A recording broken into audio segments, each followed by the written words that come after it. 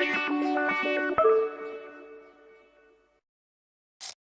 आदाब अस्सलाम वालेकुम खुशामदीद। स्वागत है आप सभी का स्टडी फॉर नॉलेज के शानदार दमदार और मज़ेदार से यूट्यूब चैनल पे। ये है वो बेहतरीन एजुकेशन की दुकान जहां हम आपको सिखाएंगे, पढ़ाएंगे और बढ़ाएंगे आपका ज्ञान। आज हम लोग क्लास 6 का मैथमेटिक्स का चैप्टर 2 होल नंबर का एक्सरसाइज 2.2 कंप्लीट करने वाले हैं। ये जो भी क्वेश्चन वगैरह है सब सॉल्व किया जाएगा यहाँ पे, ठीक है। तो हम लोग क्वेश्चन 1 की तरफ मूव करते हैं और इस एक्सरसाइज में 5 क्वेश्चन है और 5 का कुछ कुछ सब क्वेश्चन है। तो सभी तो यहाँ पे बिल्कुल नहीं कवर किया जाएगा। आपको लगा सभी कवर किया जाएगा तो फिर आप क्या करोगे, इसलिए हर क्वेश्चन का एक क्वेश्चन मैं बताऊंगा क्योंकि अगला जो क्वेश्चन होगा वो सेम पैटर्न पे होगा, ठीक है। तो चलिए वीडियो की शुरुआत करते हैं क्वेश्चन नंबर 1 से। क्वेश्चन नंबर 1 क्या कहता है, साथ में बुक कॉपी सब लेकर के बैठना है और साथ में क्वेश्चन बनाएंगे। क्वेश्चन नंबर 1 कहता है which of the following will not represent zero. इनमें से ऐसा कौन सा है जो जीरो को रिप्रेजेंट नहीं करता है, जीरो को रिप्रेजेंट नहीं करता है, ठीक है। तो 1 का ए देख लेते हैं। ये तो बिल्कुल माइंड वाला आईक्यू वाला क्वेश्चन है, तो कुछ पेन मार्कर कुछ चलाना भी नहीं है। आईक्यू है, थोड़ा सा दिमाग लगाना, आंसर बन क्वेश्चन बन जाएगा। तो देखना है कौन जीरो रिप्रेजेंट नहीं कर रहा। तो 1 प्लस जीरो क्या होगा, 1 होगा, ठीक है। ये जीरो रिप्रेजेंट नहीं कर रहा है, ठीक।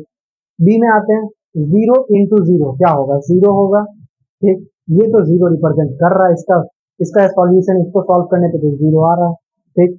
सी में zero by two, zero by two zero होता है, ये भी जीरो आ जा रहा है। और डी 10 माइनस 10 बाई टू, अगर हम इसको सॉल्व करें 10 माइनस 10 बाई टू तो 10 माइनस 10 हो गया जीरो, जीरो बाई टू, ये भी हमारा आंसर जीरो आ जाएगा। तो एक ही ऐसा है 1 का ए, मतलब इस क्वेश्चन का ए ऑप्शन जो है वो बिल्कुल सही है, ठीक है, क्योंकि वही एक ऐसा ऑप्शन है जो कि जीरो रिप्रेजेंट नहीं कर रहा है। तो 1 का क्या हो जाएगा, ए, 1 प्लस जीरो, ठीक है। अब इसमें एक छोटा सा बात है, बिल्कुल माइनर सा बात है जो आपको याद रखना है और जानना जरूरी है। वो छोटा सा बात क्या है, तो आइए इसे रफ में देखते हैं। इसे रफ में देखते हैं क्या है। कभी भी किसी भी डिजिट के, कोई भी डिजिट मान लेते हैं 7 मान लेते हैं, किसी भी डिजिट के नीचे में जीरो रहे और किसी भी डिजिट के ऊपर में जीरो रहे तो दोनों में फर्क होता है। बात समझ में आ गई, क्या फर्क होता है। तो फर्क आपको छोटा सा ही लगेगा लेकिन बहुत बड़ा फर्क होता है। किसी भी डिजिट के ऊपर में अगर जीरो रहेगा तो उसका आंसर जीरो होगा, उसको सॉल्व करेंगे तो जीरो ही आएगा। लेकिन अगर किसी डिजिट के नीचे में जीरो हो जाएगा तो उसको सॉल्व करने पे उसका आंसर इनफाइनाइट आएगा। बात हमेशा याद रखनी है, छोटी बात है लेकिन बहुत गहरी बात है। कह रहा if the product of two whole number is zero, अगर किसी होल नंबर का प्रोडक्ट जीरो है, ठीक है। बात समझ में आ गई, क्वेश्चन को आपको भी पढ़ना है मेरे साथ साथ। If the product of two whole number, अगर किसी दो होल नंबर का प्रोडक्ट जीरो है तो can we say that one और both of them will be zero, justify for example. तो क्या उनमें से हम ये कह सकते हैं कि उनमें से कोई एक नंबर जीरो होगा। तो बिल्कुल सही बात है, जीरो से किसी भी चीज को मल्टीप्लाई करो या डिवाइड करो वो जीरो ही हो जाता है। जब हमारे टीचर हमें पढ़ाया करते थे तो उनका एक, जब भी जीरो के बारे में बताते थे, उनका एक बहुत फेमस लाइन था कि जीरो एक ऐसा राक्षस है जो सबको खा जाता है। तो मैं भी वही बता रहा हूँ, जीरो एक ऐसा राक्षस है जो सबको खा जाता है, चाहे वो मल्टीप्लीकेशन में कितना भी बड़ा नंबर हो, चाहे वो डिवीजन में कितना भी बड़ा नंबर हो, वो जीरो ही हो जाएगा, ठीक है। तो वही बात है, तो किसी भी दो डिजिट का प्रोडक्ट अगर जीरो है तो ऑब्वियसली सी बात है उसमें एक डिजिट जीरो होगा। तो ये बात सही है बिल्कुल, लेकिन कह रहा है जस्टिफाई थ्रू एग्जाम्पल, एक एग्जाम्पल लेकर के समझाना है। तो एग्जाम्पल में कुछ भी दे देते हैं, कोई भी एग्जाम्पल ले लेंगे वो हो जाएगा। जो एक जीरो को मल्टीप्लाई करता है, जीरो इंटू वन जीरो हो जाएगा, जीरो इंटू टू जीरो हो जाएगा, जीरो इंटू थ्री जीरो हो जाएगा, हाँ, zero into one, tens, hundred, thousand, lakh, 10 lakh, कुछ भी, तो वो क्या हो जाएगा, जीरो ही हो जाएगा। तो कोई भी एक एग्जाम्पल आप लिख सकते हो, ठीक है, सही होगा आपका जो आंसर। बिल्कुल कोई गलत नहीं कर सकता, कोई गलत करेगा तो मेरी ये वीडियो दिखा देना उसको, ठीक है। चलो, क्वेश्चन नंबर 2 कंप्लीट हो गया। क्वेश्चन नंबर 3 की तरफ मूव करते हैं। क्वेश्चन नंबर 3 में कह रहा है, if the product of two whole number is one, अगर किसी दो होल नंबर का प्रोडक्ट वन है, ठीक है, can we say that one और both of them will be one, justify for example. Same उसी तरीके का क्वेश्चन है, लेकिन वन वहां पे जीरो के बारे में बताया था, यहाँ पे वन के बारे में बताया। तो किसी दो नंबर का मल्टीपल वन है, तो क्या हम कह सकते हैं कि उनमें से एक या दोनों को वन होना ही होगा? तो बिल्कुल, वन और बोथ, अगर किसी दो नंबर का मल्टीपल वन है, प्रोडक्ट वन है, तो ऑब्वियसली सी बात है दोनों नंबर को ही वन होना होगा। क्योंकि कैसे, तो अगर हम एक नंबर को वन करते हैं और दूसरा कोई भी नंबर डाल देते हैं, मान लो टू डाल देते, तो इसका नंबर वन नहीं होगा, नहीं ना होगा, इसका सॉरी, नंबर कर दिया मैंने, इसका प्रोडक्ट वन नहीं होगा, इसका प्रोडक्ट क्या होगा, टू हो जाएगा, थ्री डाल दूंगा तो थ्री हो जाएगा। तो इसके लिए हमको जरूरी है कि दोनों डिजिट जो है, दोनों नंबर है, वो वन ही होना चाहिए हमारा। तो एग्जांपल में भी आप इसे लिख सकते हो। तो यहाँ ऊपर में आपको ये आप लिख सकते हो कि whole number zero, can be say that one और both them will be zero. यहाँ पे आप लिख सकते हो one may be one is zero, आप ऐसे भी लिख सकते हो, मे बी क्या है, मे be one of them will be zero, may be one of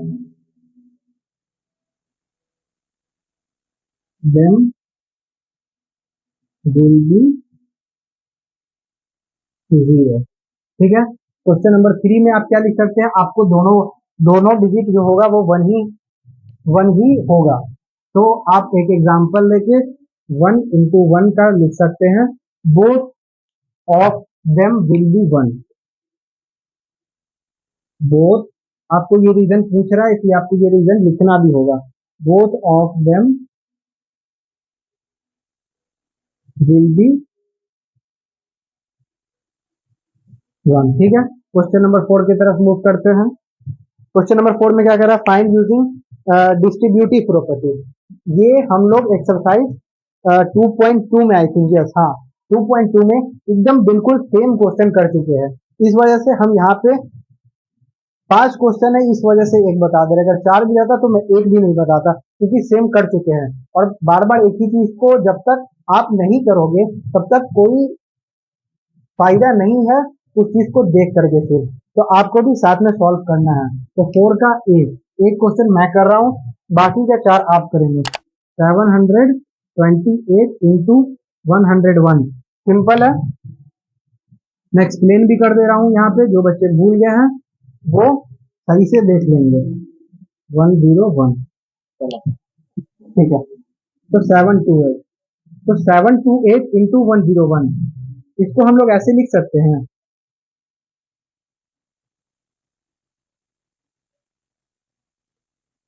हाँ, हम लोग इसको ऐसे लिख सकते हैं। अब 728 को 100 से मल्टीप्लाई कर दो और 728 को 1 से मल्टीप्लाई कर दो, तो 72800। जब भी 100 से मल्टीप्लाई हो तो ये लिख देना और 2 जीरो लगा देना।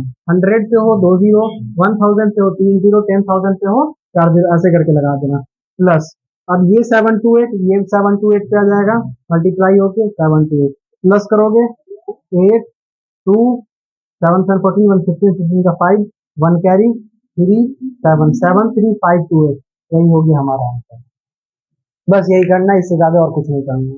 और लास्ट है हमारा क्वेश्चन नंबर 5, तो स्टडी द पैटर्न। पैटर्न है, उस पैटर्न को समझ करके हम लोगों को लास्ट आंसर देना है। क्या है क्वेश्चन में, क्वेश्चन नंबर 5, पहला है 1 into 8 plus 1 is equal to 9।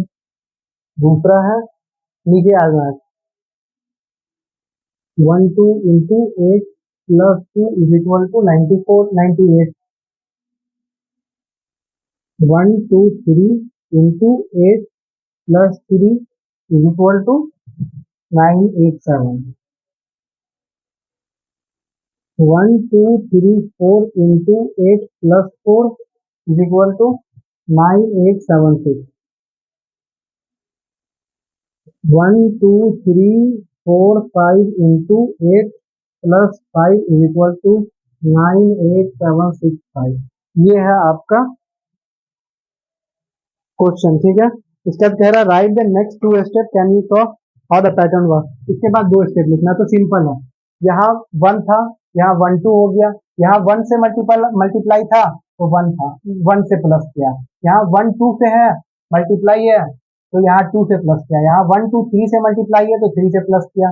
यहाँ 1 2 3 4 से मल्टीप्लाई है तो 4 से प्लस किया। यहाँ 1 2 3 4 5 से मल्टीप्लाई है तो 5 से प्लस किया।